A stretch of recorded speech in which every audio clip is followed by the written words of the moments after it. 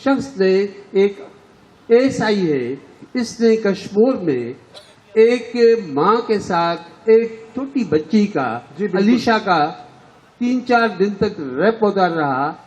उस मां को इसने अपने घर में पनाह दी और अपनी बेटी रेशमा के साथ बगैर पुलिस के, बगैर फौज के मदद के, एजेंसी में इसने खुद हीरो बनकर एक मुजरिम को पकड़ा। वो छोटी सी स्टोरी जो अलीशा के बारे में है, जिस पर हम बहुत एहसास हुए थे, वो आपके सामने पेश कर रहे हैं। जैसे कि कराची की तबस्सुम को अगवा करके हमारे कश्मीर में लाया गया था और उसके साथ रेप किया गया था। उसकी बच्ची छीनी गई थी, 4 साल की बच्ची थी आलिशा। तो वो मेरे थाने पे आई थी, तो उसने बोला भाई मेरे साथ ज्यादती हुई है। सबसे पहले वो मेरे हेड मोरर से मिली, जिसने मुझे बोला कि भाई इसकी खुदारा तुम मदद करो, तुम भी मदद कर सकते हो। तो मैंने उससे पूछा, उसके पास कुछ भी नहीं था, कोई मतलब जान पहचाने वाली नहीं थी। वो कराची की थी, कश्मीर को जानती नहीं थी, वो दरिंदे लोग थे। तो इसके पास 2 नंबर थे, जिस नंबर पे मैं ट्राई करता रहा और उसके बाद उसने नंबर खोला तो उसने लड़की मांगी। उस औरत तबस्सुम को बोला कि मुझे औरत ला के दोगी तो मैं तेरी बच्ची दूंगा, वरना तेरी बच्ची को मैं मार दूंगा और तेरे को भी मार दूंगा कराची में आकर। तो मैंने उस औरत को कहा, मेरे घर में ही बैठी थी, मैं घर में लेके गया था उसको। तो मैंने उससे पूछा, बोला कि भाई तुम ऐसा करो, इसको बोलो कि 3 दिन मुझे छोड़ दो, मैं 3 दिन के बाद इंशाल्लाह कोशिश करूंगी। तो 3 दिन के बाद फिर उसने कॉल की। तो मैंने अपनी बेगम को भी कहा कि जब ये कॉल करे मैं घर में मौजूद ना हूं तो तुम उससे बात करो ऐसे कि तुम्हारे झांसे में आ जाए। फिर मैंने अपनी बेटी को भी बोला कि बेटा मैं ना हूं तो तुम उससे बात कर लेना। 2 दिन मेरी बीवी ने उससे बात की, लेकिन उसके झांसे में वो नहीं आया। जब तीसरा दिन हो गया, मेरी बेटी ने उससे बात की तो उसने बोला आप नौकरी करोगे? इसने बोला जी मैं नौकरी करूंगी। तो इसने बोला कहाँ रहती हो? इसने बोला मैं कराची रहती हूँ। बोले आ जाओ। बोला कहाँ पे आ जाऊँ? ना उसका पता था, ना वो नाम बता रहा था, ना कोई नंबर था। तो इसने बोला हम आज ही आ रहे हैं। बोले आ जाओ। तो जैसे ये आए उसने बोला कहाँ पे आए? बोले या मरी कोच पे आओ या डोंकी कोच पे आओ, कश्मीर में आ जाओ, वहां से मैं आपको उठा लूंगा। तो मैंने इनसे पूछा, बेटी से, सुबह का टाइम था, मैं नमाज पढ़कर गया। तो इसने बोला कि भाई कहाँ पे पहुंचे हो? मैंने उसको बोला बेटी को तुम इसको बोलो कि हम होटल में बैठे हैं, मरी ट्रांसपोर्ट में आए हैं, पता नहीं कौन सा होटल है, ला ताल्लुक। तो मैं उस होटल में बैठ गया, मैं, मेरा बेटा था और ये बच्ची थी मेरी और वो औरत थी।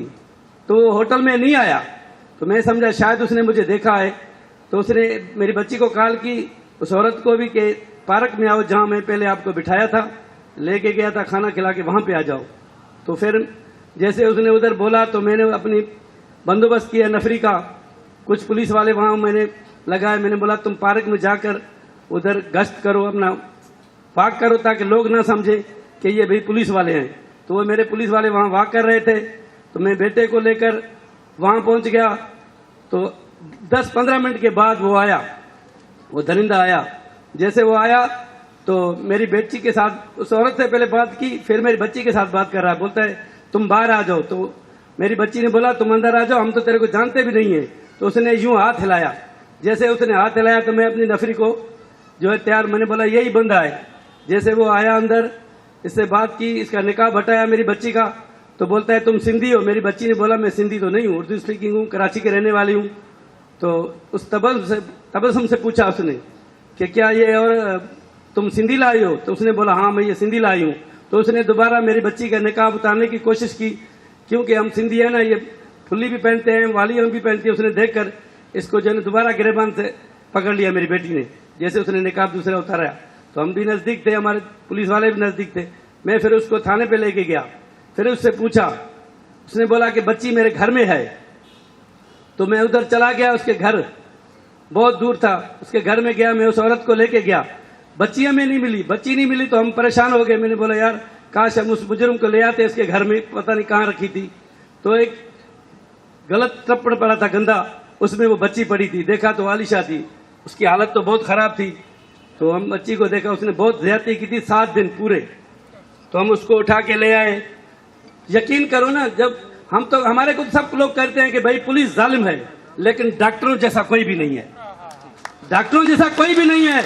मैं खुद कहता हूँ, यकीन से कहता हूँ कि अगर मैं 6 घंटे इस बच्चे के साथ ना होता तो ये बच्ची मर जाती। फिर अखबारी नुमाइंदों ने भी मुझे साथ दिया, कोई भी नहीं मान रहा था, कोई भी कुछ नहीं कह रहा था। 12 घंटे 8 घंटे वो लड़की ऐसे बड़ी थी, जो भी आता है उसकी सलवार उतार के देखता है, भाई तुम्हारा ये काम तो नहीं है, फर्स्ट एड ट्रीटमेंट दो खुदारा।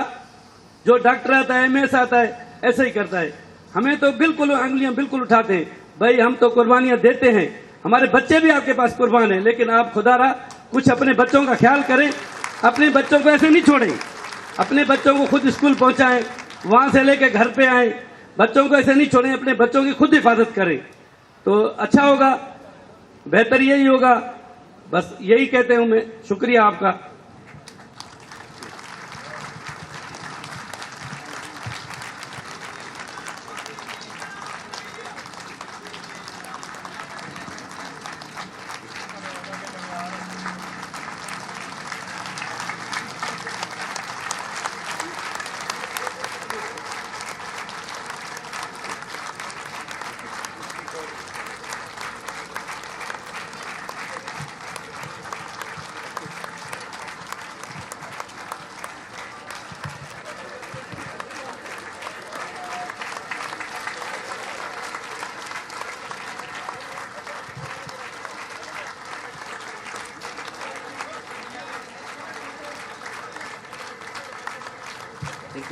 थैंक यू सब भाइयों की मेहरबानी, शुक्रिया जिन्होंने मुझे इतनी इज्जत दी। अल्लाह ने मुझे तो इतनी इज्जत दी है कि मैं शायद सोच भी नहीं सकता था, एक छोटा मुलाजिम होकर इतनी अल्लाह ने मुझे इज्जत दी कि किसी इंसान को नहीं दी है।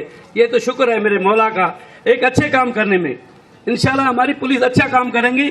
आप मेहरबानी करें, पुलिस का हौसला अफजाई करें, उनकी मदद करें, बस उनका ख्याल करें, वो आपके बहुत ख्याल करेंगे इंशाल्लाह।